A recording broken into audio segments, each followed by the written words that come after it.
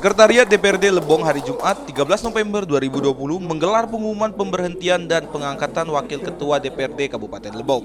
Kegiatan ini berlangsung di ruang intern DPRD Kabupaten Lebong, serta kegiatan ini dihadiri oleh jajaran DPRD Kabupaten Lebong, namun juga terdapat beberapa bangku yang masih kosong.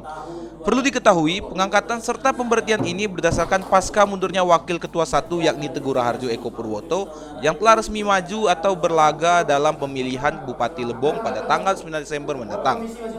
Terkait hal itu, telah ditetapkan pula Dedi Haryanto yang menjabat sebagai Wakil Ketua 1, yang dimana sebelumnya dirinya menjabat sebagai anggota DPRD Lebong yang juga merupakan kader dari Partai Nasdem.